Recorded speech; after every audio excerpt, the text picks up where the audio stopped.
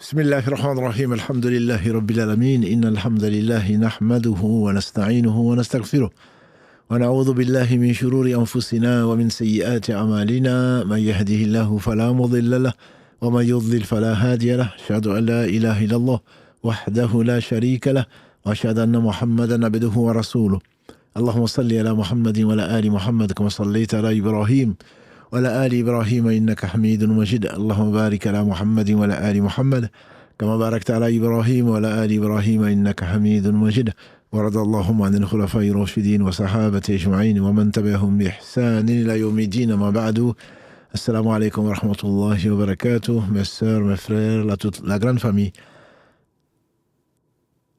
Bienvenue donc dans ce live, dans votre live préféré, l'islam au quotidien, qui malgré le ramadan et peut-être à cause du ramadan, nous continuons donc cette émission, notamment par rapport aux questions que vous vous posez. Nous louons avant cela Allah. Allah de nous avoir créés, de nous avoir pourvus, de la direction, de la foi, de nous avoir envoyé le meilleur raison, Muhammad sallallahu alayhi wa sallam. Nous le louons Allah, en dehors duquel il n'y a point d'être digne d'adoration. Le premier qui n'a pas de début, le dernier qui n'a pas de fin.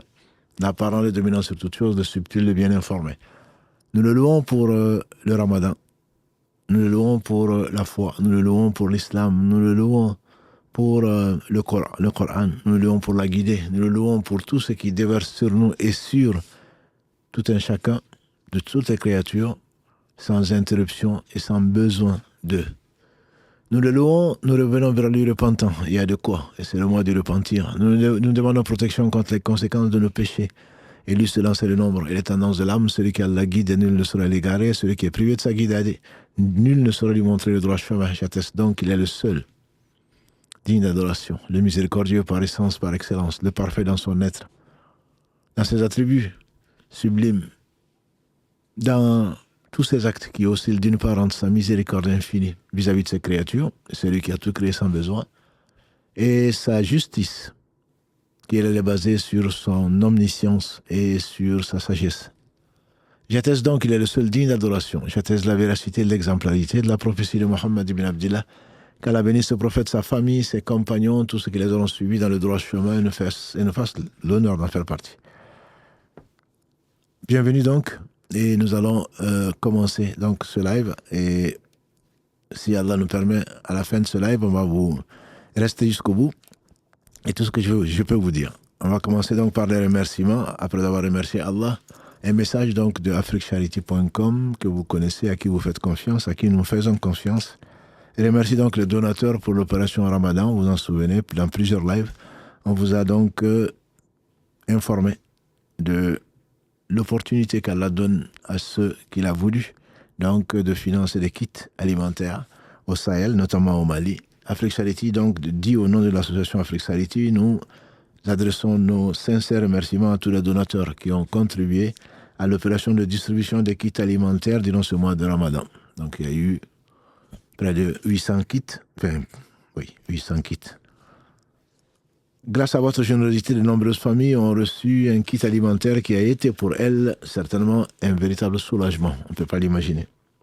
Votre solidarité a apporté du réconfort et de la joie à de nombreux foyers. Qu'Allah vous en récompense.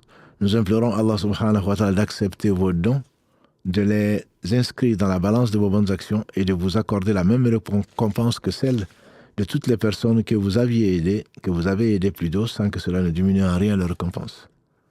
Donc maintenant, il reste l'Aïd, et ils ont pris l'initiative donc de sacrifier 20 vaches pour les familles dans les besoins. À l'approche de la fête, Afrique Charity lance une nouvelle campagne donc, dont l'objectif est de sacrifier au moins 20 vaches afin de distribuer la viande donc aux familles les plus démunies. Chacun peut participer en finançant donc une vache entière ou en se regroupant avec des amis et des membres de la famille pour financer une vache. La famille sera la vache, plutôt, sera sacrifiée en votre nom et la viande distribuée aux familles dans le besoin. Et les images vous seront, comme d'habitude, transmises. Et vous savez très bien le sérieux de l'association. Et je reçois souvent donc, des images qui prouvent ce qu'ils ont fait et surtout des remerciements venant de France et d'ailleurs, des gens qui leur ont fait confiance. Je n'ai reçu aucun commentaire négatif et ça, c'est une faveur d'Allah sur eux. En se regroupant donc en finançant une vache entière, en se regroupant. La vache, donc, sera sacrifiée en votre nom. Subhanallah, cette campagne se déroule durant les derniers jours de Ramadan. Donc, on vient de commencer, en tout cas nous. Imaginons que votre don tombe avec Laylatul Qadr, qui vaut plus que 1000 mois, comme dit Allah subhanahu wa ta'ala dans le verset 3 de la sourate 97. Un acte accompli pendant Laylatul Qadr équivaut à plus de 1000 mois d'adoration, c'est-à-dire plus de 83 années.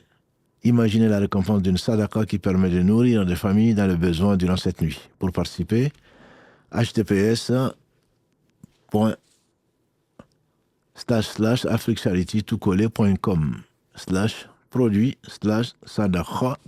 Voilà, c'est sadaqa en arabe, mais là c'est sadaqa avec un KHA-sacrifice-vache/. Qu'Allah accepte donc vos dons, multiplie vos récompenses et vous accorde sa baraka. Profitons des meilleures nuits de l'année pour faire le bien et soutenir les plus démunis. Voilà un message des plus clairs et des plus bienveillants. Mais comme l'a dit le prophète sallam, celui qui ne remercie pas les gens ne remercie pas Allah. Donc soyez remerciés, mes frères et sœurs. Il reste encore de l'occasion donc de contribuer avant une mort certaine. Allah seul sait quand est-ce qu'il va nous rappeler. Une deuxième annonce, entre guillemets, et n'est pas publicitaire. C'est juste parce que vous nous avez fait confiance et vous avez soutenu les orphelins qu'Allah subhanahu wa ta'ala a éprouvé par la perte, ou en tout cas le rappel de leurs parents, alors qu'ils étaient très jeunes. Mais le meilleur d'entre nous n'a-t-il pas été, sallallahu alayhi wa sallam, éprouvé de cette sorte-là? Allah éprouve les gens qu'il aime, comme les gens qui n'aiment pas, mais les plus éprouvés, ce sont les prophètes, alayhi salatu wassalam. Le prophète Mohammed sallallahu alayhi wa sallam n'a pas connu son père, comme vous le savez. Il a perdu sa mère, on dit qu'il avait 6 ans, et son grand-père, il avait 8 ans. Il a été berger, il a subi ce qu'Allah seul sait, pour le purifier, comme pour qu'il n'aime que Allah subhanahu wa ta'ala et personne d'autre. L'association donc Firdaus Charity, qui est comme Afrique Charity, Firdaus comme vous l'entendez, Firdaus Charity, en anglais, avec un Y à la fin, .org. Afrique Charity, c'est .com. Firdaus Charity, c'est .org. Donc, nous a envoyé son bilan, et je vous l'avais promis déjà, dans le dernier trimestre, à la fin de l'année 2025. Donc, je vous avais fourni une partie du bilan. Là, c'est le bilan entier de 2025. Comme promis, donc, je vous la livre, puisque je l'ai reçu aujourd'hui. Firdaus Charity, qu'Allah bénisse tous les bénévoles et tous les salariés, et notamment la présidente, donc Najwa, à qui nous avons fait confiance et nous faisons confiance, qu'Allah subhanahu wa ta'ala les assiste dans l'assistanat aux orphelins. Et celui qui s'occupe de l'orphelin et moi seront comme ça, a dit le prophète sallam au paradis. Un bilan succinct, et je vous renvoie sur leur site pour un bilan plus complet et vraiment très très émouvant. Très émouvant. Donc, vous êtes, Firdaus Charity s'est occupé de 1500, en 2025, 1500 orphelins. Ce qui fait un total de 10 000 personnes. En réalité, comme je vous l'avais expliqué, en s'occupant d'un orphelin, en parrainant un orphelin, c'est les retombées sur sa famille, c'est pas seulement ce qu'il mange, c'est ce que la famille mange, ce sont ses études, etc., jusqu'à ce qu'il termine ses études. Donc ce n'est pas comme ceux qui s'occupent des orphelins jusqu'à 14 ans ou 15 ans. Non, Firdaus Charity s'occupe donc des orphelins jusqu'à la fin donc, de leurs études, quand c'est possible. Donc c'est 10 000 personnes concernées. À l'éducation, ils avaient déjà construit une école au Yémen en 2024, je vous en avais parlé. Ils ont distribué 2500 kits scolaires, donc yéménites, à Gaza également. Pendant le Ramadan, ils ont donné des colis alimentaires et à Gaza, et au Yémen, et au Niger, et en France également, au Maroc comme au Bangladesh et dans d'autres pays, des kits donc scolaires, parce que l'éducation, très certainement, comme le premier verset qui a été révélé, Iqra, lis, au nom de son Seigneur qui a créé, et l'éducation est très très importante, comme vous le savez. Ça peut-être qu'elle n'a jamais été aussi important. L'éducation permet de connaître Allah, l'éducation permet d'être autonome, voire indépendant des autres. L'éducation permet donc de comprendre le sens de la vie et la vie de l'au-delà également. Tout ceci vient de l'éducation et qu'Allah fasse sortir de nous des gens meilleurs que nous. D'un point de vue eau, ils ont fait 14 forages en Afrique Ils ont distribué 30 000 litres d'eau à Gaza, et Allah seul sait la guerre de l'eau en Palestine. On bénéficiait donc de cette eau, 67 000 bénéficiaires. En sécurité alimentaire, ils ont distribué 23 000 colis, 7 000 plutôt cadeaux aux enfants. Et surtout, quand on voit les témoignages, les enfants sont surtout contents que des gens pensent à eux. Celui qui a perdu son père, celui qui a perdu sa mère, surtout aujourd'hui, et de toujours de toute façon, qui souffre de faim, qui souffre de soif, mais surtout qui souffre de l'ignorance et de l'insouciance plutôt de la communauté mondiale, la communauté humaine. Mais si de surcroît, ils sont oubliés par leurs propres frères, leurs propres sœurs, les musulmans, qu'est-ce qu'on va dire devant Allah subhanahu wa ta'ala? Quand on entend ces enfants, ces orphelins dire surtout merci, surtout pour la pensée d'avoir pensé à nous. Et qu'Allah subhanahu wa ta'ala vous bénisse, tous ceux qui ont contribué. Ils ont fait également dans l'aspect urgence, donc humanitaire, en collaboration avec Handicap International, ils ont touché 2283 bénéficiaires à Gaza. Ils leur ont distribué des vêtements, de l'hygiène, soutien psychosocial, donc en collaboration avec Handicap International. Même en France, des gens pensent qu'en France, il n'y a pas de nécessité. En France, ils ont touché 4164 personnes qu'ils ont accompagnées. Et avec des salariés, certes, mais également avec 3200 heures de bénévolat. Qu'Allah bénisse leur temps, qu'Allah les récompense entièrement. Et ceci a coûté ce que vous avez donné, tout simplement. 2 800 000 euros, donc dont il y a eu 100 000 bénéficiaires de votre don. Qu'Allah vous bénisse, qu'Allah bénisse ce que vous avez donné et qu'Allah bénisse ce que vous avez gardé également. Qu'Allah vous préserve de tout mal et qu'Allah subhanahu wa ta'ala vous en fasse profiter, sa promesse est vraie, au jour du jugement dernier, que vous soyez avec nous en compagnie du prophète sallallahu alayhi wa sallam pour avoir pensé à ces orphelins. Barakallahu fikum. Voilà donc 2 annonces qui, j'espère,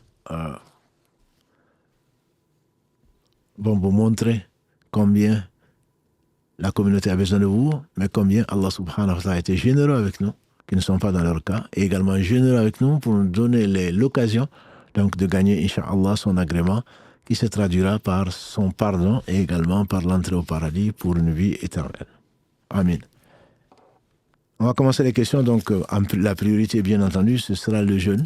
Donc, il y a un certain nombre de questions qui sont posées sur le jeûne, dont la première, après salam alaikum, je lui dis alaikum salam, est-il nécessaire ou important de ramener ses filles à la prière du Tarawih entre 5 et 7 ans? Barakallahu fikum par avance pour votre réponse, qu'Allah vous récompense, vous ainsi donc que l'équipe. Il est clair que amener les enfants à la mosquée, aux prières Tarawih, quand c'est pendant les vacances, comme c'était le cas ici en France, il n'y a pas si longtemps, la rentrée a été faite. Donc, après les vacances, c'était aujourd'hui. Amener ses enfants, certainement, c'est bien, participe à cet engouement, cette atmosphère, cette ambiance extraordinaire.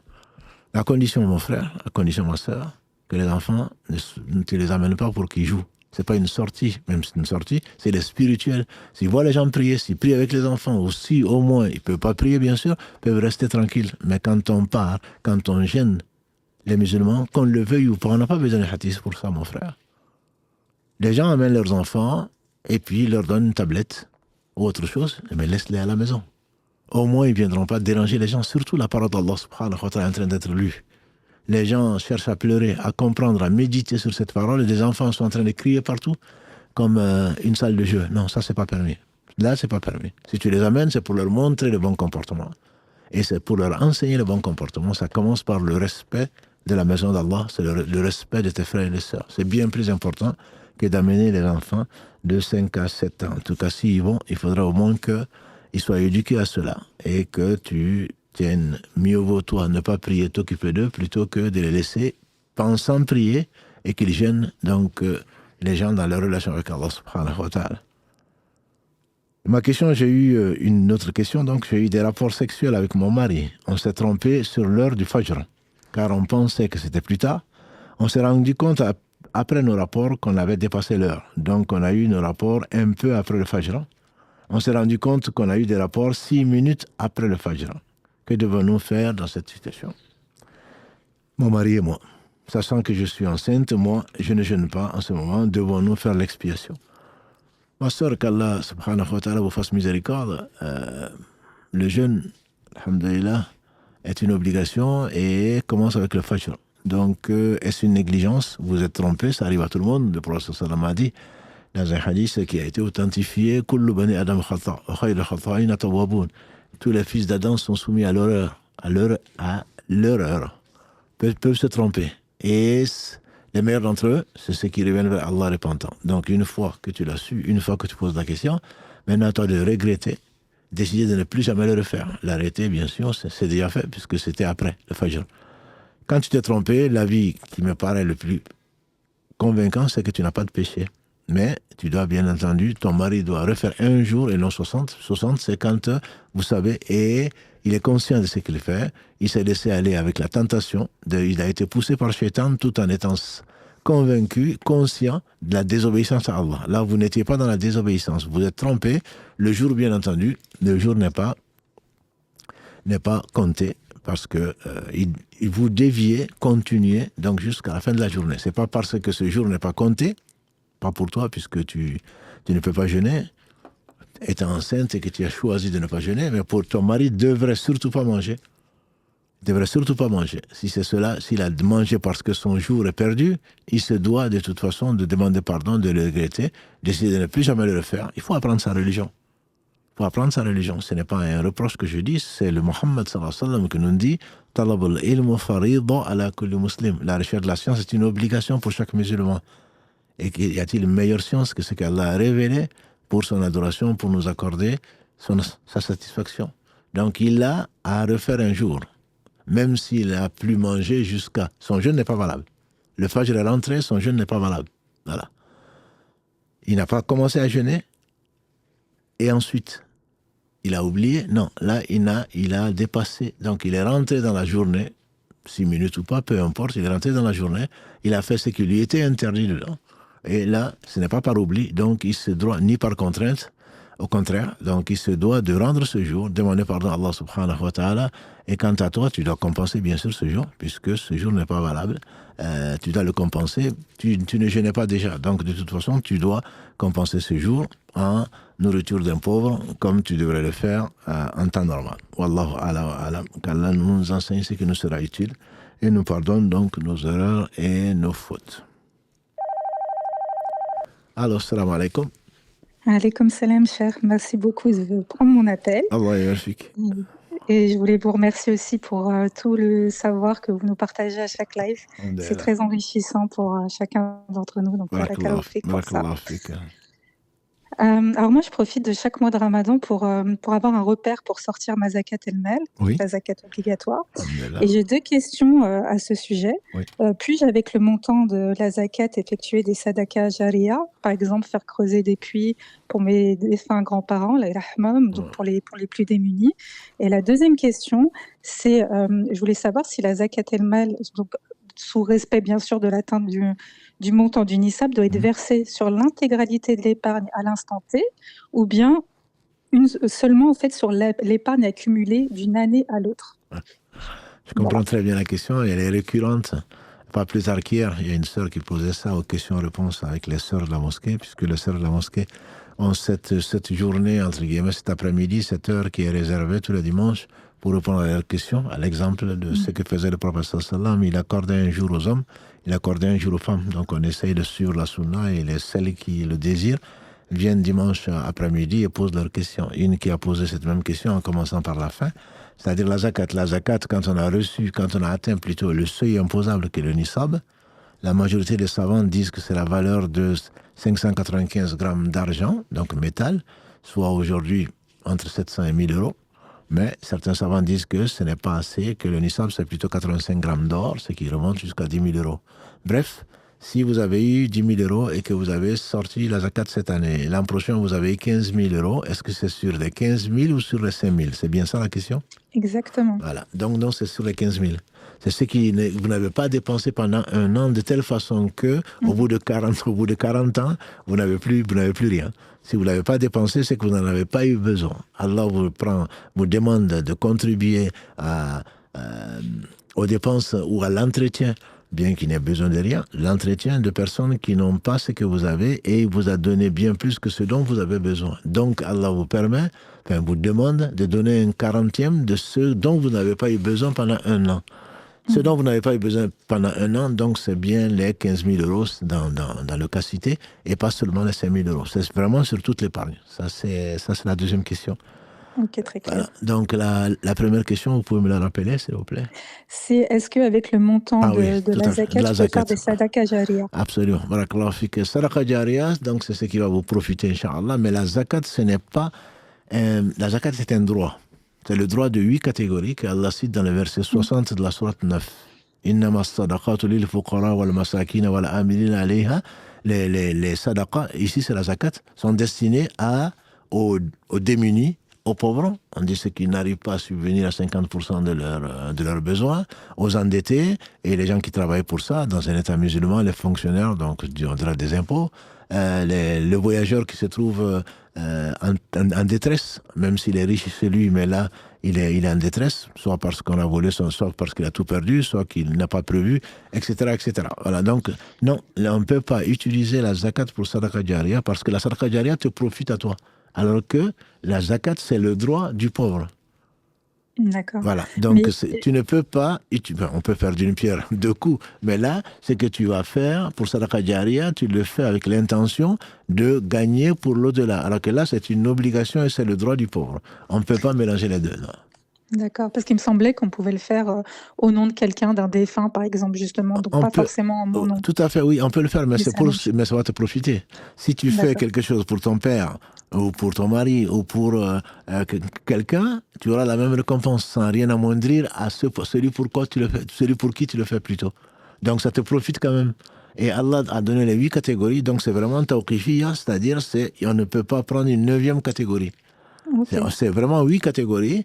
À une ou plusieurs des catégories, on donne donc la part du pauvre, donc le 1/40e de tes économies. Tu n'as pas le droit de l'utiliser pour creuser un puits ou pour autre chose. Tu n'as pas le droit. Voilà. Ok, très clair. Et juste un dernier petit point, toujours sur la zakat. Oui. Est-ce qu'on est obligé de la sortir en une seule fois?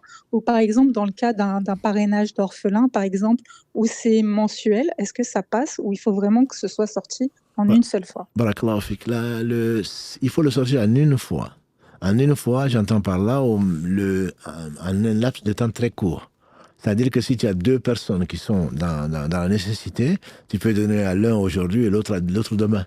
Parce que tu ne vois pas la personne. Mais ce n'est pas un prélèvement automatique. C'est pas du tout ça. Parce que c'est fait, c'est 1 an. Les conditions, comme tu le sais, certainement, c'est 2.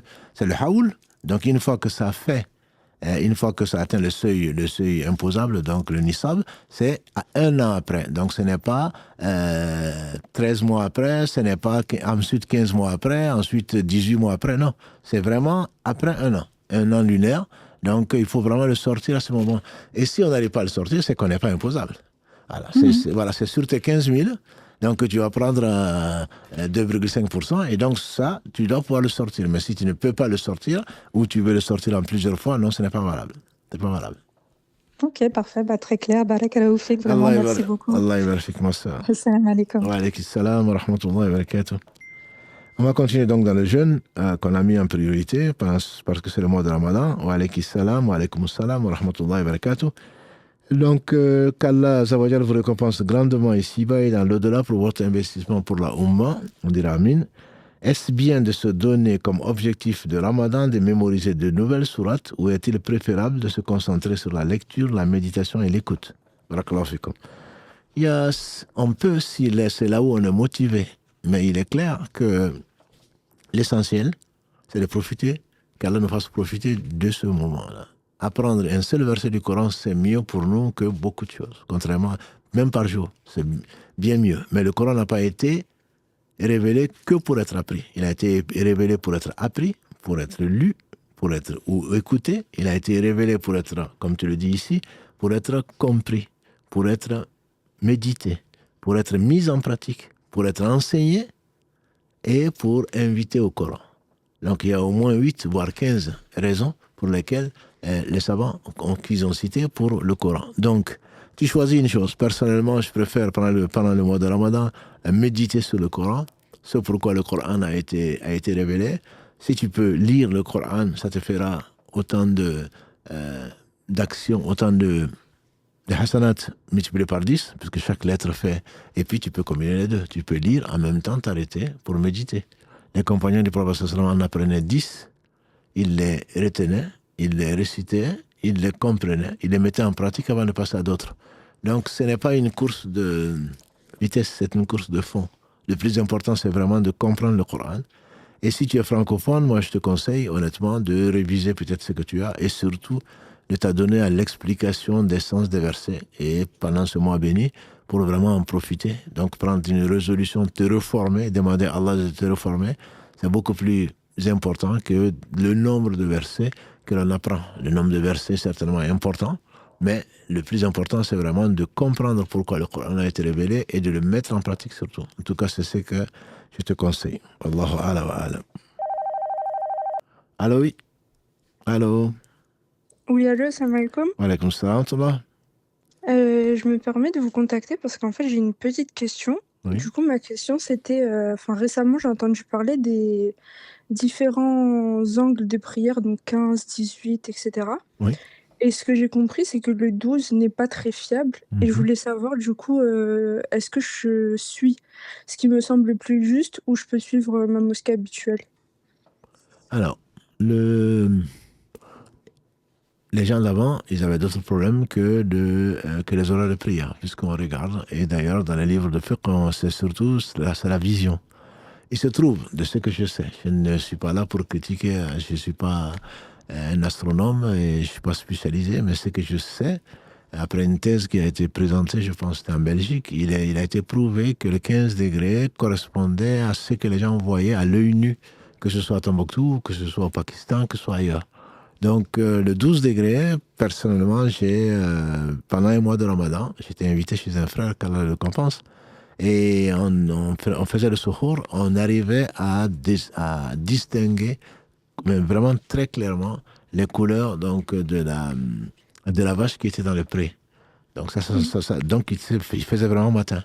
Le soir, bien sûr, l'heure du Maghreb, c'est l'heure du Maghreb, mais l'heure de Isha est souvent, surtout, ça facilite la vie des gens, et donc certains, c'est par passion qu'ils le font, ils prient plus tôt le Isha. Et mon expérience personnelle, après avoir été à la forêt de Boukoun avec un autre frère pour voir le coucher du soleil là où il n'y avait pas de lumière, ça ne rentrait que vraiment avec le 15 degrés. Donc personnellement, je ferais confiance au 15 degrés. Mais une fois, tout ce que tu as prié avec ta mosquée, je pense qu'il n'y a pas de souci, mais il faudrait faire confiance il faudrait prier plutôt avec là où tu as vraiment confiance. Il ne s'agit pas de critiquer qui que ce soit, mais ta prière n'est pas valable si tu doutes de l'entrée de l'heure. Ok. Voilà, donc le plus important, c'est vraiment ceux qui ont prié en pensant que le 12 degrés, il n'y a aucun souci. Mais ils doivent chercher, bien sûr. Mais une fois qu'ils apprennent que le 12 degrés n'est pas fiable, ils se doivent de chercher et de prendre soit le 18, soit le 15.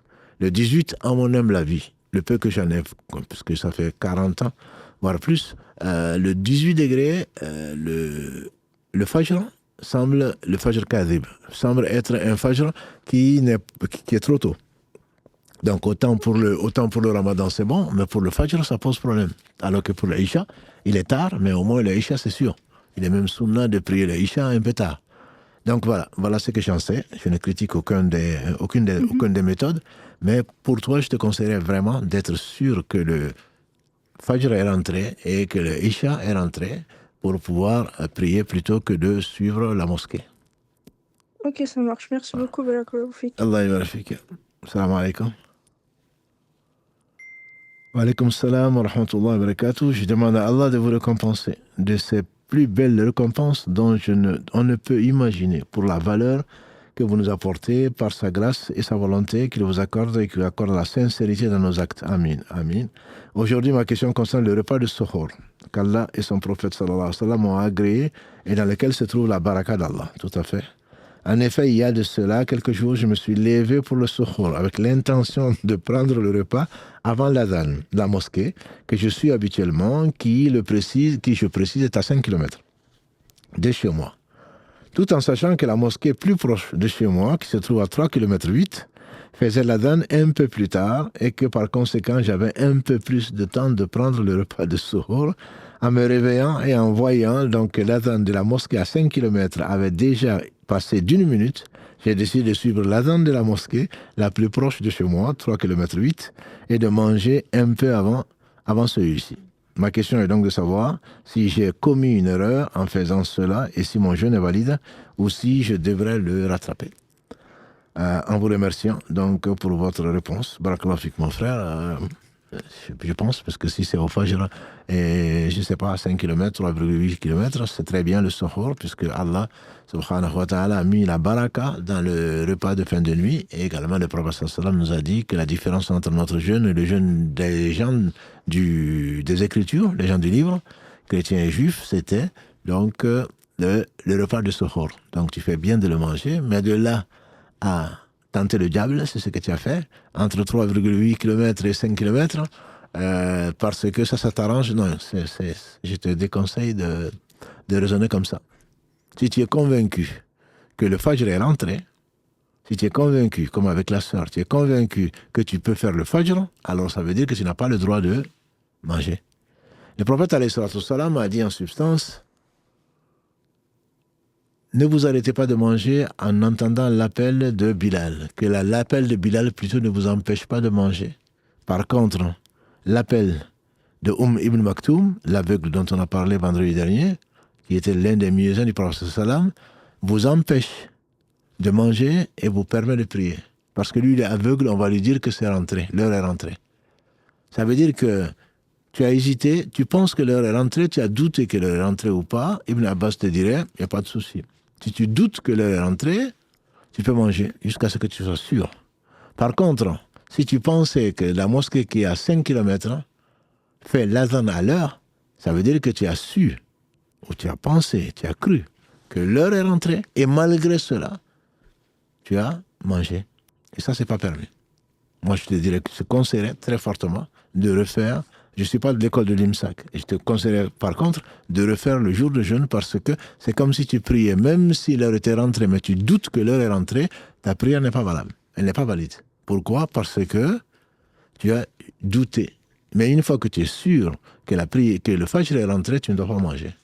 Tu ne dois pas manger. Même si tu as un médicament à prendre, tu le prends si c'est indispensable pour ta vie, mais tu dois recommencer ce jour-là parce que tu sais que c'est rentré. Donc à toi de voir si vraiment tu te doutais ou si tu allais prier avec cette mosquée. Si tu pries avec cette mosquée, as-salatu khayrun minan nawm, puisqu'il y a plusieurs appels à la prière. As-salatu khayrun minan nawm au pays, c'est ce qui veut dire que l'aube est rentrée. Donc si tu es sûr que l'aube est rentrée, certainement tu dois refaire. Tu as fait une erreur et tu dois refaire ce jour-là. Wallahu a'lam wa a'lam. Allô, oui, salam alaikum. Allô? Wa alaykoum salam, pardon. Non, je vous en prie, je vous écoute. Excusez-moi. J'ai une question. Oui. Quelques jours avant le ramadan, j'étais par ma fenêtre et je suis tombée sur une voisine que j'ai l'habitude de rencontrer quand je vais à l'école déposer mes enfants, accroupie dans la cour, là où les enfants ils jouent, en train de creuser dans la terre. Ouais. Bon, moi je me suis tout de suite imaginé, j'ai tout de suite pensé à de la sorcellerie ou quoi qu'est-ce. Mais je suis restée quand même, bon, j'ai regardé, j'ai pas parlé, j'ai laissé comme ça. Et je me suis renseignée autour de moi. Sauf que, bon, les personnes m'ont dit que normalement, religieusement parlant, je ne devais pas rester sans rien faire. Et je devais aller vérifier ou déterrer s'il y avait quelque chose qui a été mis. J'essaie de garder le bénéfice du doute quand même. Je me dis, bon, parce que je sais qu'en Afrique de l'Ouest, il y en a certains qui enterrent leurs cheveux ou leurs ongles après les avoir coupés. Oui.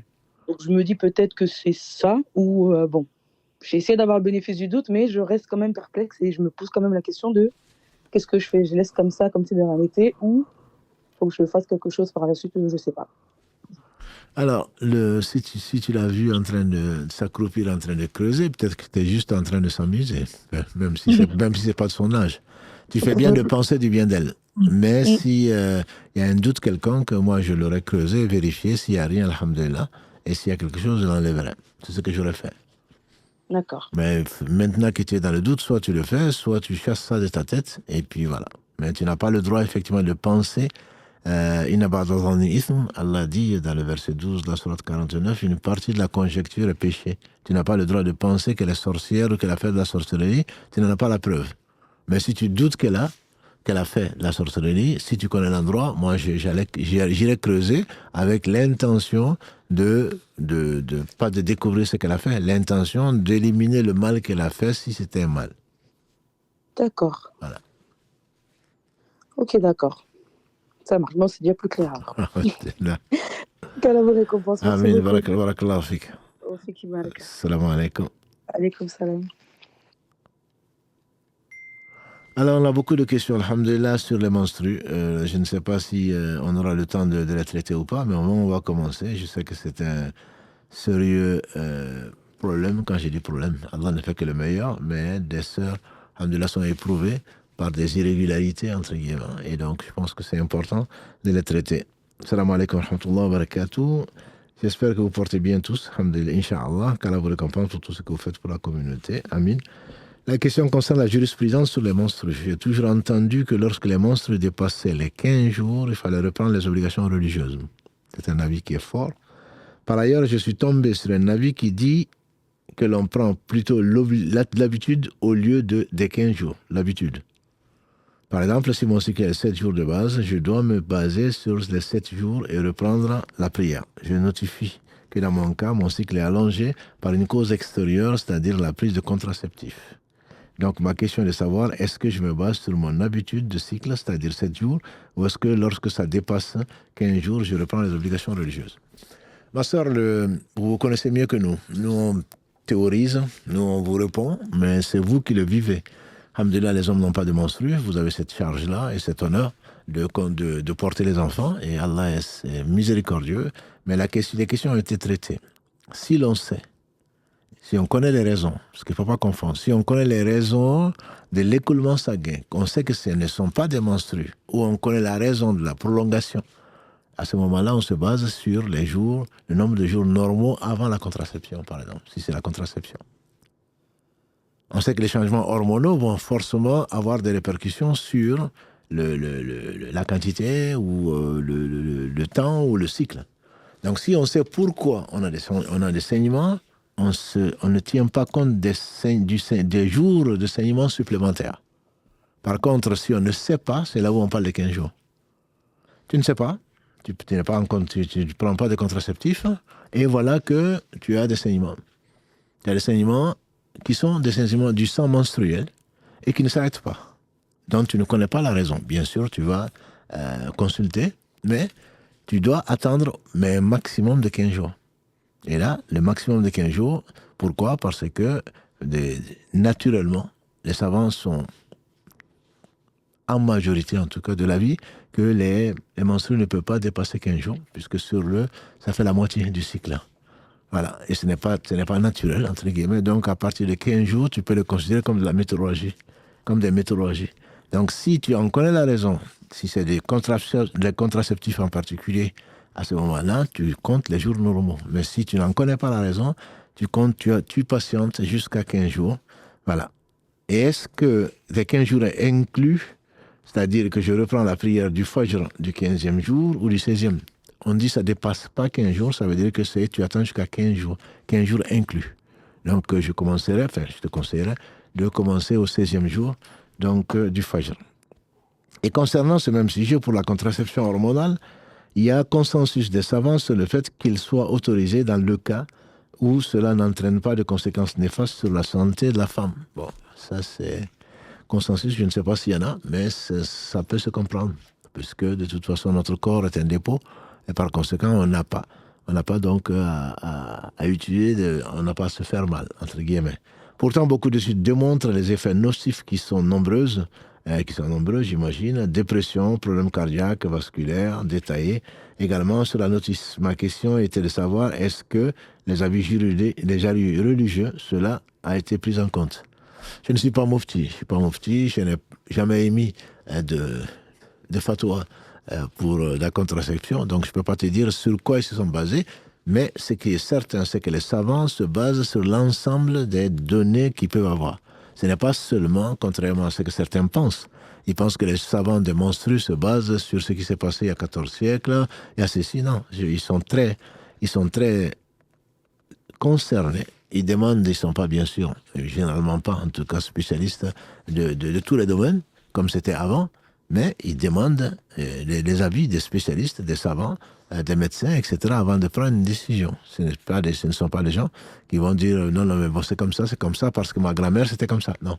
Ce sont ceux qui craignent Allah, subhanahu wa ta'ala, ils sont conscients de la gravité de donner des fatwas. Parce que celui qui se précipite, comme l'a dit le prophète sallam, celui qui se précipite pour donner des fatwas, il se précipite vers le feu, ou comme il a dit alayhi salatu wassalam.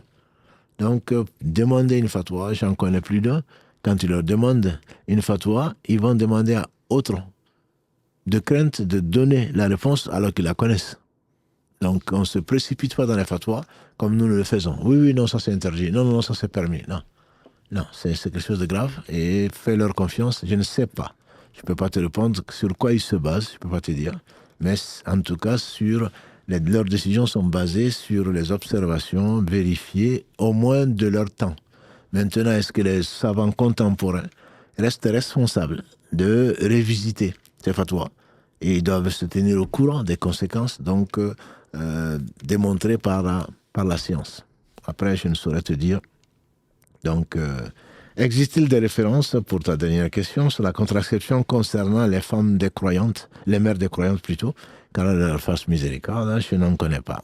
Je ne connais pas je sais qu'Aïcha, qu'Allah l'agrée, était une savante et que les gens, les compagnons et les femmes compagnons venaient lui poser des questions. Son avis le plus connu, c'est de moi en tout cas, et des gens qui ne connaissent pas grand-chose, c'est qu'elle se disait de ne pas précipiter quand on venait lui dire le coton est jaune ou les écoulements ne sont pas encore son trouble, etc. Elle disait ne vous précipitez pas. Donc mettez un coton ou un tissu à l'époque et attendez donc que le tissu ne soit pas taché. Voilà ce que j'ai entendu. Après, quelle méthode de contraception elles utilisaient, je ne peux pas te le dire, je ne sais pas. Allô, oui, salam alaikum. Salam alaikum, Cheikh. Salam alaikum. Alors, je voudrais d'abord vous remercier d'avoir pris mon appel. Et qu'Allah vous bénisse ainsi que tous vos collaborateurs pour tout ce que vous faites. Amen. Alors, je me permets en fait de vous contacter parce que je travaillais dans un service public en contrat. Donc, c'était un contrat. Et la semaine dernière, pendant que on nous interdit de prier, de montrer une quelconque appartenance à une quelconque religion. Et moi, vu que je suis dans un bureau fermé, donc je me suis permise, en fait, vu l'heure de la prière, je recevais personne, donc j'ai fait ma prière. Et la collaboratrice avec qui je travaille, qui est la responsable du service, en fait, elle est rentrée dans mon bureau et elle m'a trouvée en train de prier. Donc, elle allait tout de suite apporter voilà ce qu'elle avait vu. Et donc, après ma prière, j'ai été la voir pour savoir si elle venait me voir peut-être pour une préoccupation ou quoi que ce soit. Donc, elle m'a dit qu'elle ne sait plus quoi dire. Elle en perd ses mots parce qu'elle ne s'attendait pas à me voir en train de prier et voir mon tapis de prière. Et elle est choquée.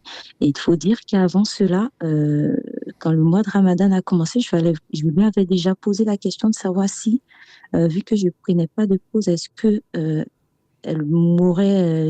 qu'il serait possible que je décale mon heure de pause, par exemple, jusqu'à l'heure de la prière? Il m'avait dit, elle, personnellement, ça ne lui causait pas de problème. Mais vu que c'était un service public, elle ne me conseillait pas. parce que je peux recevoir du monde et tout. Donc, je lui avais dit, d'accord, pas de problème dans ce cas-là. Mais vu que des fois, il arrive que je ne reçois personne et que je sois seule dans mon bureau, donc je me suis permise de faire la prière. Oui. Donc, j'ai été convoquée au niveau de la direction des ressources humaines. Oui. Donc, qui m'a dit, oui, on me l'avait interdit. Bah, c'est pas vraiment ce que l'autre m'avait dit, mais bon. Voilà, on me l'avait interdit et que j'ai quand même prié sur le lieu du service, ce qui est interdit. Et donc finalement, je leur ai répondu que je ne m'excusais pas pour avoir prié, mais si vraiment ça les a choqués ou quoi que ce soit, qu'ils m'en excusent. Mais je ne pourrais pas arrêter de prier. Après, s'ils m'interdisent de prier sur le lieu de travail, je le ferai chez moi à la maison. Et si vraiment c'est aussi grave que ça, bah dans ce cas-là, s'ils le veulent, qu'ils mettent fin à mon contrat. Et donc, c'est ce qui s'est passé. Donc, le mercredi dernier, donc on m'a annoncé qu'ils mettaient fin à mon contrat parce que je n'avais pas respecté cette consigne-là de ne pas prier sur mon lieu de travail. Alors, donc, ma question est de savoir comment est-ce que je peux faire dans ce cas-là, parce que je cherche à travailler dans des entreprises musulmanes, mais malheureusement, là où je vis, il y a très peu d'entreprises musulmanes qui embauchent. Donc, je vais encore me retrouver avec un autre boulot où je vais travailler dans un endroit où je ne vais pas pouvoir malheureusement faire mes prières à l'heure, ce qui me peine beaucoup. Je ne sais pas comment est-ce que dans ce genre de conditions, sachant que la prière doit être faite à l'heure. Donc, ma question serait de savoir comment faire, en fait, dans ce cas-là, dans ce cas précis, s'il vous plaît. Alhamdulillah, qu'Allah vous récompense et vous apaise et vous donne le meilleur. À vous écouter, bien entendu, c'est de la peine qui envahit. Donc, comment est-ce qu'on peut empêcher les gens d'exprimer, ni d'agresser qui que ce soit, mais d'exprimer leur foi quand ça ne gêne personne? C'est quelque chose que je ne comprends pas. Que je ne comprends pas, c'est une certaine lecture que je ne partage pas en tout cas. Maintenant, si vous êtes est-ce que vous êtes marié? Oui, je suis mariée, oui. Est-ce que votre mari travaille? Oui, il travaille également. Il est converti à l'islam. Il s'est converti quand on s'est marié. Okay, alhamdulillah. Non, ce que je peux vous dire, ça c'est ma conviction, c'est que Dieu vous a éprouvé et vous a permis de réussir votre épreuve. Dans ce sens que, il vous a enlevé de là pour une raison, que lui seul sait.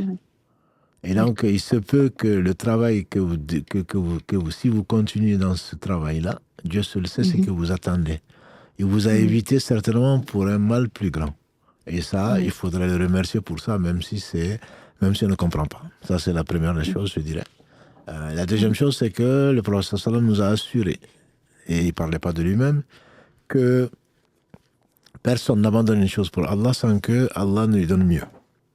Donc, je suis convaincu que si vous mettez votre confiance en Allah, il va vous donner certainement mieux que ça. Plus d'une personne l'ont vécu.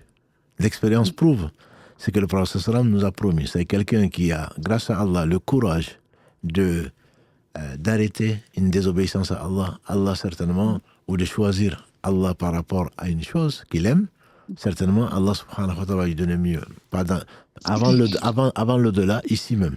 Donc, je ne m'inquiète pas vraiment pour vous, même si je partage votre tristesse. Et troisièmement, c'est, puisque vous êtes marié, en théorie, dans l'islam en tout cas, votre droit, c'est de bénéficier de tout ce dont vous avez besoin, même si en travaillant, vous partagez partagez les frais et autres avec votre mari. Alhamdulillah, j'espère qu'il vous comprendra, qu'il vous soutiendra. Je pense qu'il ne faut pas se précipiter pour aller dans un travail, vous avez quitté un travail en raison de ça, et ne vous précipitez pas pour aller dans un travail où on vous interdirait. Moi, si vous faites des entretiens, ça peut être avec des non-musulmans. Je connais des non-musulmans très compréhensifs, très respectueux de la religion. Donc, demandez à Allah le meilleur et patientez dans votre demande. Faites la recherche de travail qui vous permettrait de pouvoir faire votre prière à l'heure. Si l'entretien se passe bien, alhamdulillah, vous leur dites, moi, il n'y a aucun souci, mais je suis même prêt à travailler 1 heure de plus par semaine, mais il me faudrait prendre, j'ai besoin donc de prendre 1 heure ou 1 heure pour faire 2 prières, des pauses différentes. Est-ce que c'est possible? Si vous dites non, non, c'est pas possible, à ce moment-là, je pense que Allah vous donnera mieux et il va falloir, votre épreuve sera certainement une source, Inch'Allah, d'élévation, mais le choix que vous avez fait, moi, je ne peux que l'apprécier. Voilà. Mais ne vous stressez pas plus que ça. C'est demain, vous serez surpris certainement par la récompense. Et deuxièmement, demain, Allah seul sait de quoi demain sera fait. C'est ce que même les non-croyants disent. Hein. Personne ne sait de quoi demain sera fait. Allah seul sait de quoi demain sera fait. Donc, on va prier pour vous. J'espère que toute la famille, surtout en ce mois de Ramadan, va vous accompagner dans vos prières. Mais ne pensez pas que vous avez perdu la vie, que vous avez perdu une occasion en or, comme le diraient certains. L'occasion en or, c'est celui qui a perdu l'occasion d'adorer Allah et de mourir dans la désobéissance d'Allah. Ce n'est pas dans votre cas, en tout cas pas maintenant. Donc on ne peut que prier Allah subhanahu wa ta'ala de vous récompenser par le meilleur. Voilà tout ce que je peux vous dire. Beaucoup. Avec plaisir. Merci beaucoup, chef, pour vos conseils. Qu'Allah vous bénisse, qu'Allah vous récompense par le meilleur. Amin. Barakallah. Merci beaucoup. Barakallah. Salam alaikum. Wa alaykum salam wa rahmatullahi wa barakatuh. Salam alaikum wa rahmatullahi. On dira donc wa alaykum salam wa rahmatullahi wa barakatuh. Quel est le statut de perte blanche vaginale chez la femme vis-à-vis des ablutions? Doit-elle refaire ses ablutions après celle-ci? Barakallahu fikum, qu'Allah vous récompense par le meilleur. Les pertes blanches ont été discutées par les savants anciens et il y a une thèse qui a été produite par une sœur en Arabie Saoudite et qui est sortie comme un livre ou un document qui a été préfacé par le Cheikh Al-Uthaymin rahimahullah. Et sans rentrer dans les détails, sur la base du fait que des hadiths, en tout cas, sont peu nombreux pour ne pas dire je n'en connais pas, et beaucoup de savants n'en connaissent pas, sur les pertes blanches en tant que cause ou en tant que raison d'annulation des ablutions. Donc personne ne peut dire à ma connaissance que les pertes blanches annulent les ablutions, puisque tout est permis sauf ce qui est interdit. Ce qui annule les ablutions est connu. La perte de conscience, la sortie de gaz liquide ou solide des deux orifices naturels, etc. Voilà, l'apostasie et Dieu seul sait quoi d'autre. Donc, il n'y a pas de perte blanche dedans. Les menstrues, bien entendu. Donc, il n'y a pas de perte blanche dedans. Par conséquent, la conclusion de ce travail de cette sœur était que rien ne prouve que les pertes blanches annulaient les ablutions. Maintenant, que ce soit gênant, d'un point de vue hygiénique ou je ne sais quoi d'autre, mais quand on fait sa prière qu'il y a des pertes blanches, on n'a pas à refaire la prière. Quand on a les ablutions, on n'a pas à le faire. On met une protection quand on sait, puisque d'un point de vue physiologique, il y a des sœurs qui ont plus de pertes que d'autres. Voilà, on se connaît, on se nettoie, on fait son hygiène et puis on prie. À ma connaissance, on ne peut pas affirmer, en tout cas je n'ai pas connaissance, du fait qu'il y ait des preuves. Et les preuves disaient, Ibn Qayyim, c'est Allah a dit, le messager a dit. Les compagnons, ils ont dit. Je ne connais aucune preuve, et surtout je suis rassuré par ce travail scientifique, donc de cette sœur, pour dire qu'il n'y a pas de preuve comme quoi les pertes blanches annulent les ablutions. Je ne dis pas qu'il n'y en a pas. Moi, je n'en connais pas. Je n'en connais pas pour que le Cheikh Uthaymin adhère à ce travail. J'imagine qu'il est plus savant que nous, certainement.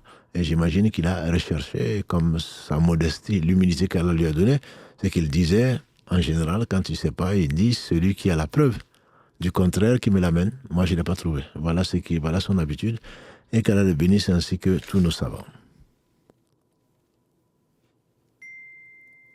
Salam alaikum wa rahmatullahi wa barakatuh. Toujours sur les menstrues. Hein. J'espère que vous allez bien ainsi que votre équipe, qu'Allah vous récompense pour les conseils et les éclaircissements que vous apportez. Je me permets de vous écrire concernant une question liée au début et à la fin des menstrues, car cela me cause beaucoup de doutes et de stress. Depuis quelque temps, il m'arrive que 2 jours avant mes règles apparaissent des petites taches colorées, parfois brunâtres, parfois jaunâtres. Elles ne sont pas abondantes, plutôt légères, visibles surtout en m'essuyant avec du papier toilette et non pas forcément sur la protection. Elles peuvent survenir de manière intermittente dans la journée sans être un écoulement franc et continu. Ensuite, ces taches sont suivies par le flux menstruel normal. Je précise que ces taches apparaissent généralement autour de la période attendue des règles. Il arrive parfois qu'elles surviennent 4 à 5 jours avant, mais ce n'est pas en plein milieu du cycle ni à un moment illogique. En général, dans les 2 jours qui suivent ces taches, le flux réel s'installe. Je n'ai pas forcément de douleurs prémenstruelles qui me permettent d'identifier clairement l'arrivée des règles, ce qui rend la distinction entre eux encore plus difficile pour moi. Ma première question est la suivante. Ces taches qui apparaissent dans les jours précédant le flux réel sont-elles considérées comme faisant partie des menstrues? Dois-je arrêter la prière dès leur apparition ou dois-je attendre que le flux s'installe réellement? Ma sœur, on est en état de pureté quand on n'est pas en impureté. Donc, ce que vous voyez et qui n'apparaît pas, que vous allez rechercher, et qui n'apparaît même pas sur la serviette, et que vous allez rechercher, donc par le moyen que vous utilisez, n'est pas considéré à ma connaissance comme le cycle menstruel. Et vous devez continuer à prier et à jeûner et avoir une vie normale tant que vous n'êtes pas sûr que ce sont des menstrues. Quand vous verrez, si vous n'avez pas effectivement votre physiologie ne vous permet pas, vous n'avez pas de douleur prémenstruelle, effectivement, mais au moins quand ce sera clair que c'est des menstrues avec apparition de sang, à ce moment-là, vous arrêtez immédiatement. Mais tant que ce sont des couleurs jaunâtres et je ne sais quoi d'autre que vous connaissez mieux que moi, vous continuez à prier et à jeûner. Voilà le conseil que vous recherchez de ma part. Ma deuxième question concerne la fin des règles, ou sinon on prend Je continue. Voilà. Ma deuxième question donc concerne la fin des règles. Après la fin du flux principal, il m'arrive d'avoir encore des petites taches brunâtres qui peuvent continuer 1 ou 2 jours, à 2 jours. Parfois, il y a une demi-journée de sécheresse, puis une petite tache réapparaît. Dans ce cas, à partir de quel moment puis-je me considérer comme pur, tahira, et reprendre la prière? Est-ce dès qu'il n'y a pas d'écoulement visible sur la protection, ou dois-je systématiquement vérifier avec du coton pour m'assurer qu'il n'y a plus rien? Ma sœur, il ne faut pas se précipiter. C'est le conseil de notre mère Aïcha. Il ne faut pas se précipiter pour commencer la prière. Et ensuite, vous allez avoir, même si après une période de sécheresse, soyez ce qui est conseillé des personnes qui savent. Je parle de nos sœurs qui sont savantes. C'est vraiment l'apparition des pertes blanches, si c'est possible. Des pertes blanches qui montrent vraiment que les menstrues sont terminées. Et si les pertes blanches n'apparaissent pas du tout à ce moment-là, ce que vous connaissez, c'est le test du coton ou d'autres choses, et où vous n'avez vraiment rien qui sorte. Ça ne veut pas dire que vous devez négliger ou être paresseuse, non, ça veut simplement dire qu'en adorant Allah subhanahu wa ta'ala, vous suivez tout simplement son agrément qui est le fait d'être sûr de l'adorer. Et la période menstruelle est une période qui ne vous dévalorise pas du tout, au contraire, mais c'est une période donc que Allah subhanahu wa ta'ala a décrétée et pendant laquelle il ne faut pas prier, il ne faut pas jeûner, il ne faut pas avoir de relations conjugales. Donc, attendez la fin, attendez d'être sûr, sans être négligente, attendez d'être sûr pour la fin donc de ces périodes de doute, puisque vous continuez, quel est le statut des prières que j'ai accomplies après le ghusl. Si je constate une période de sécheresse, je fais le ghusl et je reprends la prière. Attendez d'être sûr que les pertes blanches qui apparaissent, si ce n'est pas le cas, attendez vraiment d'être sûr. La sécheresse, qu'est-ce que vous appelez sécheresse? Ce n'est pas parce que ça n'apparaît pas sur la protection que c'est une période de sécheresse. Et les sécheresses apparentes, le test que vous connaissez, qui est un test de coton, soit imbibé, soit pas, donc vous donnera la certitude. Attendez d'être sûr que les règles sont terminées. Puis quelques heures plus tard ou le lendemain, une petite tache brunâtre réapparaît. Si vous n'avez pas de perte blanche, ma soeur, je ne considère pas ça, pour moi, comme la fin des règles. Quel est le statut des prières que j'ai accomplies après le ghusl?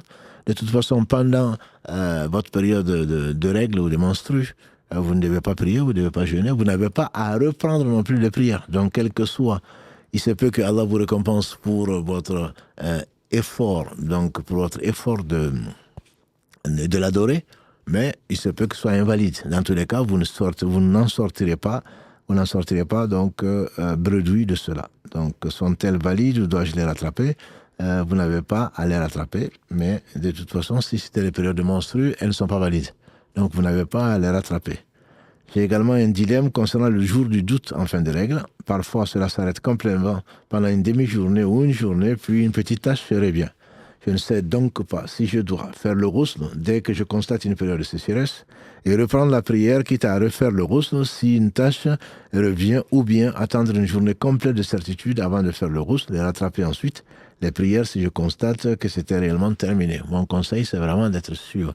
Je ne dis pas un jour de plus, mais il faudrait vraiment en être sûr. Soit les pertes blanches apparaissent, soit vous avez la preuve après avoir donc utilisé la méthode que vous connaissez, donc du coton ou autre chose. Je précise que je ne prends actuellement aucune méthode de contraception. Auparavant, j'avais un stérilet et je pensais que ces irrégularités étaient dues à cela. C'est d'ailleurs pour cette raison que je les ai arrêtés. Cependant, après le retrait, ces tâches continuent d'apparaître de manière intermittente. Certains cycles se passent normalement et d'autres présentent ces tâches avant ou après les règles. Cette situation me cause beaucoup d'anxiété, ce que je comprends, car il ne s'agit pas toujours d'un écoulement franc et visible, mais souvent de petites tâches.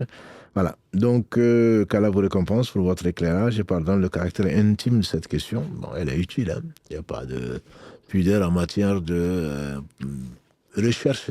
Il y a la pudeur dans l'islam. C'est comme les gens disent, la haya fi din. Non, ça, ce n'est pas correct. Il n'y a pas de pudeur dans la religion, c'est pas vrai. La pudeur, ça fait partie, est une branche donc de la foi. Par contre, quand il faut poser des questions, il faut les poser. Il me semble que le conseil me paraît clair, c'est que ne te précipite pas. Ne te précipite pas. Soit, toi qui connais ta physiologie, soit tu as des pertes blanches, tu attends que les pertes blanches apparaissent, même si avant, bien sûr, 15 jours. Bon, c'est frustrant, en disant non, j'ai envie de prier, j'ai envie de jeûner, j'ai pas envie de rattraper, c'est souvent le cas chez beaucoup de sœurs, j'ai pas envie de rattraper autant de jours dans l'année. Ce n'est qu'un bonus. Celui qui jeûne un seul jour pour Allah, Allah éloigne sa face de l'enfer de la distance de 70 années de marche, soit plus de 3 millions de kilomètres. Donc, on doit plutôt chercher. Le jeûne que Allah a aimé le plus, c'est un jour sur 2. C'est-à-dire jeûner 15 jours par mois. Donc, ne sois pas paresseuse. Demain, Inch'Allah, tu seras récompensé. Je ne parle pas de toi, ma soeur, je parle de toutes les sœurs. Demain, vous serez récompensés pour avoir accepté le destin d'Allah subhanahu wa ta'ala, et qui ne peut être que la meilleure chose qui puisse vous arriver. Donc faites-le avec enthousiasme, faites-le avec courage, et qu'Allah subhanahu wa ta'ala donc, vous accompagne dans votre épreuve. C'est une très belle épreuve que d'être. C'est le meilleur métier que j'ai trouvé, c'est de mettre au monde des enfants. C'est le meilleur métier. Donc ne diminuez pas votre honneur ou quoi que ce soit. Et on va conclure qu'Allah vous récompense pour votre éclairage et pardon pour le caractère intime. Donc, barakallahu fikum, ainsi qu'à vous aussi. Barakallahu fikum. Allô, salam alaikum. Allô, salam alaikum. Wa alaikum salam wa rahmatullah. Oui, bon, premier d'abord, je vous remercie pour ce que vous faites. Alhamdulillah, barakallahu fik. Oui. En fait, j'ai une question à vous poser, d'accord? Oui. C'est une question des parents. Oui.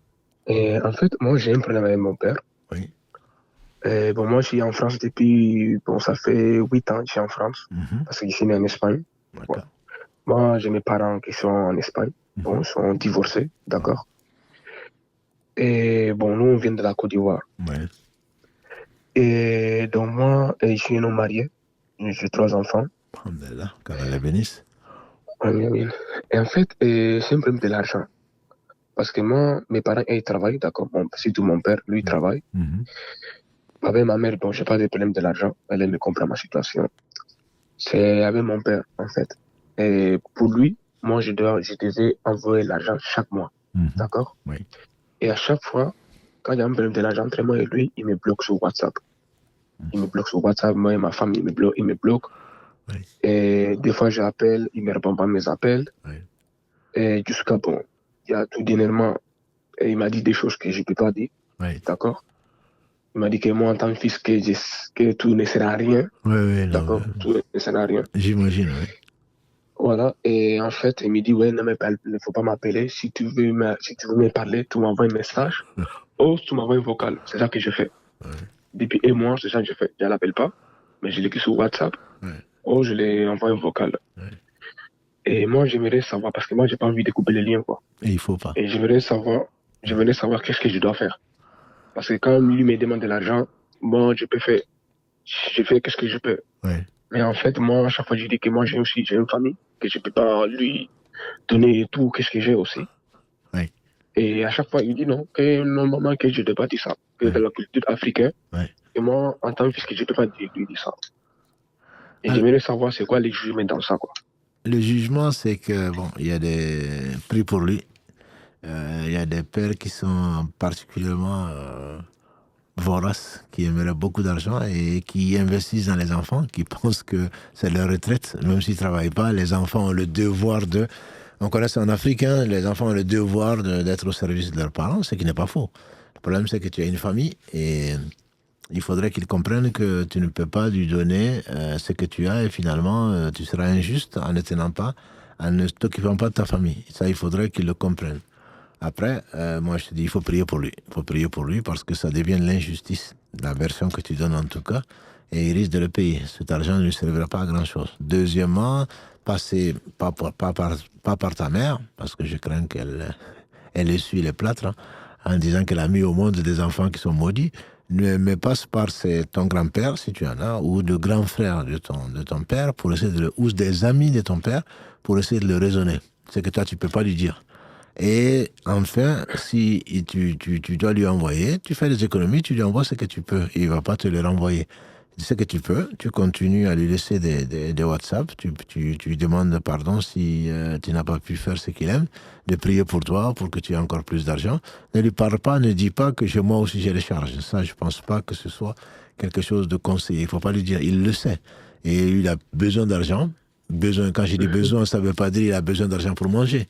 Mais il ne faut pas te priver, en tout cas prendre l'argent de la famille que les enfants, ou pour aller emprunter pour ça. Par contre, il faudrait lui dire des bons mots. C'est ce que faisait le prophète sallam quand il n'avait pas.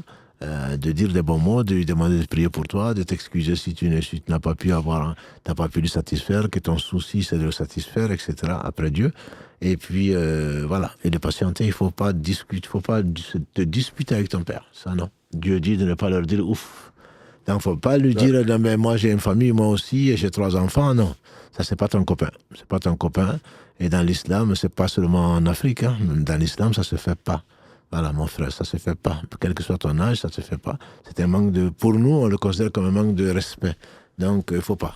Il y a des traditions qu'il faut respecter tant que ça ne va pas à l'encontre de l'islam, tant que ça ne va pas à l'encontre de l'islam. Donc il faut les respecter, et ce que tu as en toi, Dieu le sait, et tu fermes les yeux sur tes droits par rapport à les siens, mais pas sur les droits de ton épouse, de tes enfants.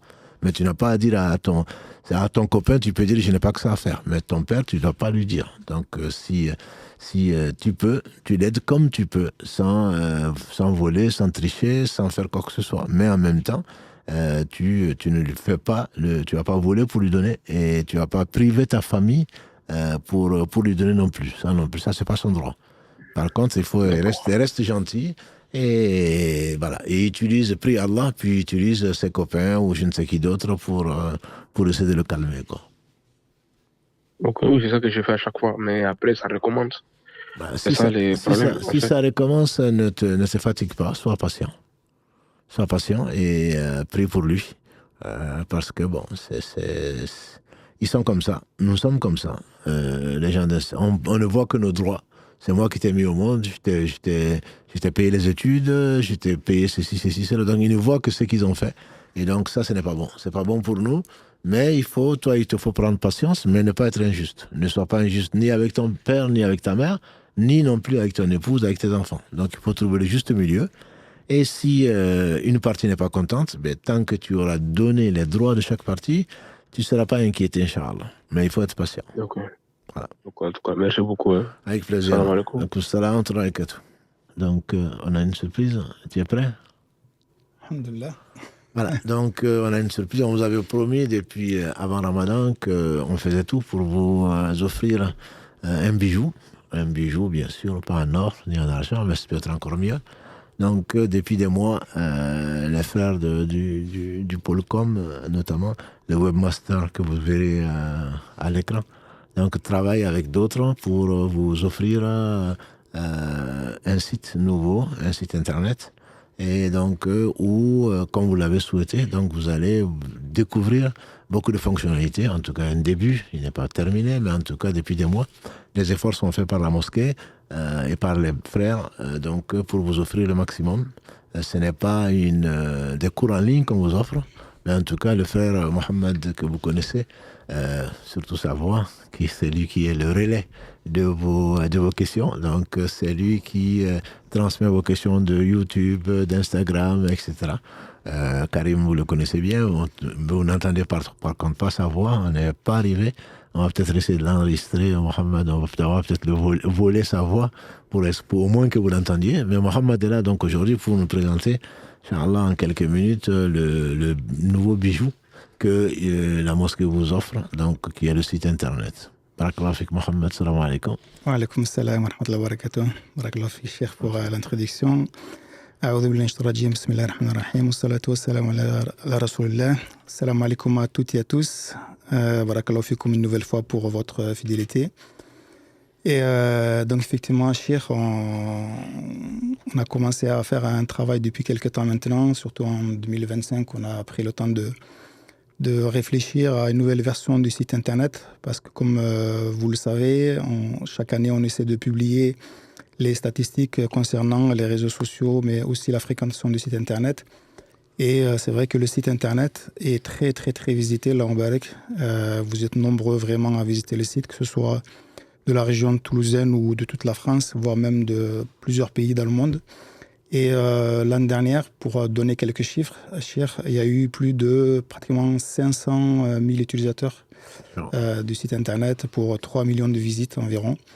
Donc on sait que principalement les Toulousains viennent pour regarder les horaires de prière. On prie beaucoup à Toulouse. On prie beaucoup à Toulouse, alhamdoulilah. Mais il faut savoir, Cheikh, que la ville qui visite le plus, en tout cas la région, c'est la région parisienne qui visite le site. Donc je ne pense pas qu'ils viennent... Très étonnant. Voilà, donc je ne pense pas qu'ils viennent pour regarder les horaires, parce qu'il y a un décalage quand même entre Paris et ici. Tout à fait. Mais en tout cas, bon, alhamdoulilah, ça prouve aussi que le contenu qui est diffusé et en tout cas, que ce soit sur les réseaux sociaux, que ce soit sur le site internet, intéresse beaucoup les gens. Et donc, vraiment, c'est un signe de confiance qui est inestimable pour nous. Donc, on s'est dit, bien évidemment, l'ancienne version, c'était principalement l'objet du site au départ, c'était principalement la construction du projet, la construction de la mosquée et les actualités de la mosquée. Donc, il y avait quelques vidéos, notamment aussi sur tout ce qu'on faisait, mais pas suffisamment. Donc, on s'est dit qu'il était temps de le reprendre et d'essayer d'élaborer un certain nombre de contenus pour que les visiteurs puissent vraiment en profiter. Ouais. Et donc, effectivement, c'est le travail qu'on a fait. Donc, si vous voulez, on va peut-être faire un petit tour sur le site. C'est Karim peut partager peut-être l'écran. Donc, quand vous allez arriver, vous l'avez peut-être déjà vu, puisqu'on a... normalement, la mise en ligne était prévue pour le début de Ramadan, mais on a eu quelques petits soucis techniques. Donc, du coup, on a dû revoir un certain nombre de choses. Et vous avez peut-être vu le site apparaître, puis disparaître, apparaître, puis disparaître. Et, alhamdoulilah, depuis une bonne dizaine de jours, il est accessible depuis l'adresse que vous connaissez, mosquée-mirail-toulouse.fr. Et quand vous allez arriver sur le nouveau site, vous avez 3 encarts qui résume, on va dire, les 3 activités principales de la mosquée, à savoir donc beaucoup de contenu sur l'apprentissage de la religion, donc on a appelé Découverte de l'islam. Chaque article qui sera ajouté, vous allez le voir donc ici sur la première page dans l'encart à gauche. Donc là, on a déjà mis pas mal de contenu sur le Ramadan. Après, vous avez un encart qui concerne principalement les actualités de la mosquée, donc tous les événements, les conférences, les annonces début, fin de Ramadan, etc. Vous allez le retrouver ici.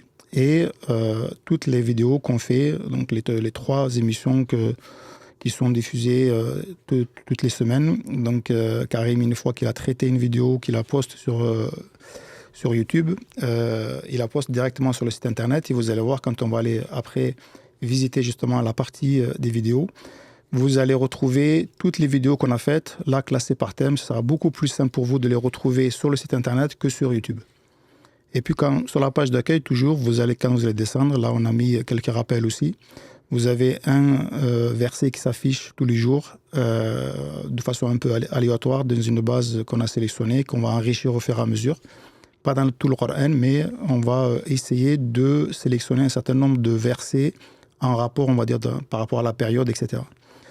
Quand vous descendez un peu plus loin, vous allez retrouver justement découverte de l'islam avec toutes les thématiques. Donc tous les articles ont été classés par thématique. Vous allez le voir, on le verra après par la suite. Dans le menu issu, vous pouvez le voir aussi. Introduction de l'islam, donc tout ce qui est la base sur l'islam, le Coran, bien évidemment, le hadith et la sunna, jurisprudence, le fiqh, etc. Donc vous pourrez prendre le temps de visiter. Vous verrez qu'il y a pas mal d'articles, même si certains articles sont mis de façon un peu brute. On va venir au fur et à mesure les améliorer, mieux agencer la mise en page et les illustrer, etc. pour que ce soit plus facile à lire et surtout plus ludique pour vous. Quand vous allez descendre encore un petit peu, vous allez trouver aussi le programme de la mosquée de la semaine, avec quelques mises en avant, le lundi, le mardi, le mercredi, etc. Mais quand vous cliquez sur voir toutes les activités, vous allez trouver toutes les activités de la mosquée de la semaine. Et ensuite, vous avez tout ce qui concerne la mosquée, l'historique de la mosquée. On va voir aussi, vous allez voir qu'on a repris à partir de l'exposition sur l'histoire de la mosquée qui est visible donc à la mosquée, que vous avez pu voir quand vous avez visité la mosquée pendant les journées portes ouvertes. La visite virtuelle, si vous êtes loin de Toulouse, vous pourrez toujours visiter la mosquée aussi. Et une galerie photo pour notamment les médias qui peuvent venir aussi récupérer des photos quand ils font des articles sur la mosquée. Vous allez retrouver les actualités également et vous allez retrouver l'accès aux vidéos, aux podcasts et aux quiz qu'on a tous regroupés sur une page aussi. Beaucoup plus facile pour vous de les retrouver et de parcourir tous les quiz qui ont été faits depuis maintenant 3 ou 4 ans, il me semble, cher, qu'on fait des quiz. Et enfin, vous allez arriver à la fin où vous pourrez toujours participer. Donc, vous avez sur le menu en haut, vous avez le bouton de don. Vous pouvez continuer à participer aussi, à soutenir la mosquée, justement à produire tous ces contenus, à produire aussi toutes les activités faites à la mosquée et surtout développer les actions solidaires qu'on fait de plus en plus pour aider les fidèles qui sont dans le besoin. Je vais juste vous montrer donc, la page historique. Donc, vous avez ici tout ce qui concerne la mosquée. Il y a l'historique, il y a la mosquée quotidienne que je vais vous montrer aussi, le programme de la semaine, je l'ai dit tout à l'heure, et la visite virtuelle. Donc, vous voyez quand vous arrivez sur la page de l'historique, donc on a repris pour ceux qui ont eu la chance de visiter la mosquée. Vous avez vu les panneaux, il y a une dizaine de panneaux qui racontent toute l'histoire de la mosquée depuis sa création, depuis 1973, la création de l'association et puis tout le parcours depuis jusqu'à la création de la nouvelle, jusqu'à l'ouverture de la nouvelle mosquée. Vous pouvez ici naviguer par date. Et donc, on a essayé de faire ici, vraiment vous faire vivre un petit peu une expérience en immersion de l'histoire de la mosquée. Vous avez c'est pas très long à lire, vous pouvez passer très facilement d'une date à une autre ou sélectionner une date. Par exemple, si on va sur la dernière 2022, c'était de l'ouverture, avec une galerie photo de toute la mosquée une fois qu'elle était terminée. Là, on n'était pas encore, on priait pas encore dans la mosquée. Vous avez aussi la page la mosquée au quotidien. Donc pour ceux qui ont suivi aussi l'opération qu'on avait lancée d'adhésion, l'investissement durable il y a maintenant 2 ans, on avait fait cette illustration qui illustrait un petit peu le quotidien de la mosquée. Donc vous avez, quand vous arrivez sur la page, tout ce que la mosquée vous propose. Donc l'accueil, le conseil, l'aide aux plus démunis, la prière quotidienne, etc.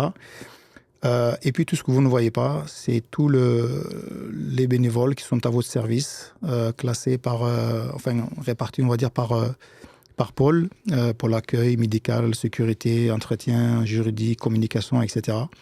Tous ces gens-là, il y a à peu près 170 bénévoles aujourd'hui. Là, 150, on n'a pas mis à jour, il faut que je mette à jour. Je crois qu'on a recensé 170 bénévoles actuellement qui sont à votre service, qui donnent de leur temps, il y en a qui passent énormément de temps à la mosquée, donc pour faire en sorte que la mosquée soit entretenue, qu'elle soit propre et qu'on puisse vous accueillir dans les meilleures conditions. Et puis vous avez un peu de contenu là aussi qui présente comment la mosquée est organisée, etc. Après, vous avez toutes les actualités. Et dans Découverte de l'Islam, je l'ai dit tout à l'heure, c'est classé par thématique. Alhamdoulilah, le frère Mohamed, qu'Allah le récompense, qui ne vient plus souvent, mais alhamdoulilah, on sait pourquoi. Il est très très pris par rapport à son nouveau métier, mais qui prend beaucoup de temps et qui a écrit énormément d'articles et qui a passé aussi du temps pour classer par thème pour vous permettre de retrouver du contenu, donc l'introduction de l'islam, le Coran, le hadith, je l'ai dit tout à l'heure. Si on clique par exemple sur le Coran, vous retrouvez, donc c'est classé par thématique là aussi, séance de Coran, introduction, importance et origine. Vous pouvez aussi écouter le Coran. Donc ça c'est pareil, c'est une page qu'on est en train de finaliser. Vous pourrez choisir la sourate. Vous pourrez bientôt choisir aussi le récitateur. Et vous avez ici toutes les sourates que vous pourrez non seulement lire en arabe, en français, et on essaiera de mettre un petit player qui vous permettra peut-être de mettre en boucle un verset et de pouvoir le répéter pour l'apprendre. Tous les services aussi que la mosquée propose, que ce soit Hajj Umrah, que ce soit accès aux droits, que ce soit les autres actions solidaires pour accompagner, en tout cas dans les démarches administratives. Et comme je disais tout à l'heure, les émissions que vous allez pouvoir aussi retrouver, classées là aussi par émission. Donc l'islam au quotidien, vous allez retrouver le nombre d'épisodes ici, un jour un hadith, etc. Parlez-moi d'islam, donc là vous avez le nombre de séries. Il y a 2 séries qui ont été faites pour cette émission-là. Vous avez par exemple la médecine du cœur où il y a eu 11 séries. Quand vous cliquez là, cliquez cette thématique-là, vous allez retrouver ici toutes les séries. Donc pareil, classées par nombre d'épisodes, etc. Et la page contact, pour le moment, vous avez un formulaire tout simple. Mais là aussi, on travaille de façon, parce qu'on reçoit énormément de messages. Alhamdoulilah, je crois que Cheikh l'a répété à plusieurs reprises. Plus de 7000 ou 8000 messages mail, en tout cas, qu'en attente, plus les messages sur les réseaux sociaux. Donc ça fait beaucoup de travail. Et alhamdoulilah, on est juste 3 à essayer de vous répondre. Donc c'est très, très compliqué. Donc ce qu'on fait, c'est qu'on est en train de mettre une équipe en place pour essayer de répondre le plus rapidement possible à vos messages. Donc ici, vous allez avoir un formulaire qui va changer, où vous allez pouvoir choisir la thématique sur laquelle vous voulez poser votre question. Que ce soit sur le mariage, que ce soit sur la finance, que ce soit sur d'autres sujets. Et alhamdoulilah, il va y avoir une équipe dédiée qui répondront uniquement qui prendront en charge uniquement un ou 2 sujets. Donc il y aura une équipe imama, donc qui va répondre, par exemple, un frère qui répondra sur la partie famille, mariage, etc. Et puis l'autre qui répondra tout ce qui est partie finance, riba, etc. Et on essaiera comme ça de vous répondre le plus rapidement possible, Inch'Allah. Et puis vous avez donc la page dons. Même si l'opération, l'investissement durable s'est achevé au Ramadan l'année dernière, alhamdoulilah, vous avez toujours la possibilité, cette opportunité de continuer à soutenir la mosquée pour qu'elle puisse continuer à vous proposer du contenu de qualité. Toujours le même principe, un peu comme l'investissement durable. Soit vous faites une adhésion via PayPal, soit vous téléchargez le PDF et vous le renvoyez, soit vous faites des virements permanents selon ce qui vous arrange. Et bientôt, Inch'Allah, il y aura un module de dons un peu plus élaboré qui vous permettra de faire un don directement et de payer selon le moyen de paiement choisi, Inch'Allah. Et vous pouvez même retrouver un petit historique sur les différentes opérations qu'on a pu mener. Et je me rappelle encore, Cheikh, la brique d'or, la première, en 2014, où c'était là pour la construction de la mosquée, alhamdoulilah, qui avait été aussi un véritable succès, puisqu'elle avait eu lieu principalement à la mosquée, pas vraiment sur les réseaux sociaux. C'était pas aussi développé qu'aujourd'hui. Mais alhamdoulilah, aujourd'hui, en tout cas, vous êtes nombreux à participer et à soutenir cette mosquée, même si vous êtes à l'autre bout du monde, et ça nous touche beaucoup, encore une nouvelle fois. Donc voilà, très rapidement, bien évidemment, le site est amené à se développer. Il y a encore beaucoup de contenu qu'on n'a pas encore intégré, mais alhamdoulilah, vous avez là une bonne base. Vous pouvez prendre le temps, sur ces derniers jours, essayer de le parcourir et de lire en tout cas tout le contenu qui vous est proposé. Alhamdulillah, barakallahu fik et barakallahu fi tous les frères et toutes les sœurs qui sont mobilisés pour donner le maximum d'eux-mêmes. Donc notre devise, comme vous le savez, c'est l'excellence. Pas que nous revendiquons l'excellence, mais nous recherchons l'excellence. Et donc c'est Allah qui l'ordonne. Inna Allah ya'muru bil adli wal ihsan. Allah ordonne donc l'équité et l'excellence. Donc en toute chose, disait le prophète sallallahu Allah aime donc l'excellence en toute chose, et même si vous devez sacrifier un animal, donc aiguiser le couteau pour que l'animal ne souffre pas. Voilà, donc c'est notre devise, et bien entendu c'est une asymptote qu'on n'atteindra pas, mais alhamdulillah, l'intention est là et la volonté est là. On va persister jusqu'à rencontrer notre Seigneur subhanahu wa ta'ala. Et comme Mohammed vous l'a dit, on vous remercie. Vraiment, il n'y a pas d'autres mots à dire. On prie pour vous et priez pour nous, pour votre participation, votre confiance surtout. Et plus d'un d'entre vous participe à la intellectuellement, mais aussi et même financièrement. Donc nous sommes, et nous en sommes fiers, indépendants d'un point de vue finance et d'un point de vue idéologique également. Et nous n'avons de rien on n'a pas de compte à rendre à un pays ni à une personne particulière. Donc nous sommes vraiment indépendants, walillahi alhamd, et on remercie Allah subhanahu wa ta'ala pour cela, et cela non plus n'a pas de prix. Donc la mosquée vous offre ceci, et si vous avez des commentaires, n'hésitez pas. Donc visitez donc le nouveau site, qui est un prémisse, je l'espère en tout cas, de ce que vous souhaitez. Et donc vous allez retrouver toutes les émissions, comme l'a dit tout à l'heure Mohamed, donc aidé en cela par Karim, par Si Mohamed et par d'autres, pour essayer de nous faire profiter du peu de temps qui nous reste à vivre, notamment du peu de temps qui reste pendant le Ramadan. Je ne vous conseille pas de rester sur le site toute la journée, mais profitons donc des nuits pour rechercher l'Laylatul Qadr qui vaut mieux que 1000 mois, et simplement vous pouvez visiter, faire vos commentaires, constructifs bien sûr, et nous les faire parvenir, Inch'Allah. On va essayer donc d'en tenir compte. Voilà. Barakallahu fik, Mohamed. Juste la page qu'on n'a pas parlé, c'est la page des horaires, puisque c'est très visité. Donc il y a une page qui a été faite aussi exprès et qui vous permet, soit dans votre entreprise ou association, peut-être de la mettre sur un écran, et vous avez les horaires en grand. Et quand c'est l'heure de la prière, l'heure se met à clignoter.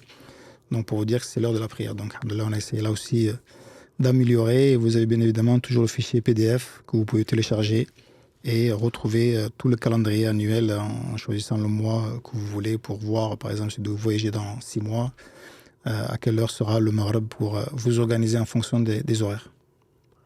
Voilà. C'est vraiment, ça a l'air presque parfait. Et encore pas mal de travail. Non, heureusement. Mais je sais qu'il y a vraiment énormément d'efforts qui ont été mis, et alhamdulillah, grâce à Allah, le résultat me paraît vraiment très satisfaisant. Donc, barakallahu fikum, de cela, et pour tout le reste, c'est surtout la confiance et alhamdulillah, la persévérance qui doit caractériser en tout cas le musulman. Voilà. Donc je pense qu'on va s'arrêter là pour ce soir. Il est déjà 23h29, 23h30. On s'était promis d'aller jusqu'à 23h30. Alhamdulillah, Allah nous l'a facilité. Mohamed, barakallahu fik, de nous avoir rejoints donc, dans cette émission. Donc la prochaine émission, c'est tout de suite. C'est dans 3h30. Donc on va se préparer, Inch'Allah, pour vous recevoir à nouveau et toutes les nuits. Inch'Allah, père et impair pour nous, parce que le père est l'impair pour quelqu'un d'autre. Et surtout, on veut du bonus. On ne sait pas combien de temps il nous reste à vivre. Donc on veut, alhamdulillah, tant qu'Allah nous permettra de jouir de cette vie, on va essayer donc de prendre le maximum, qui n'est pas grand-chose en réalité. Donc maximum de notre temps. Donc, prendre du plaisir à adorer Allah subhanahu wa ta'ala. Donc notre prochain rendez-vous, c'est pas demain, c'est tout à l'heure, donc dans 3h30, puisque c'est ça, dans 3h30, c'est à 2h30. Prochain rendez-vous 2h30, donc pour commencer la série des veillées donc de Ramadan, et de 2h30 donc à 3h30. Donc Allah bénisse le meilleur des hommes, qu'Allah nous permette de l'adorer comme il se doit, de viser l'excellence et de le remercier, et on ne saurait jamais le remercier comme il se doit.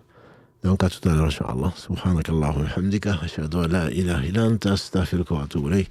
Subhana rabbika rabbil izzati amma yasifun, wa salamun alal mursalin, walhamdulillahi rabbil alamin, wa assalamu alaykum wa rahmatullahi wa barakatuh.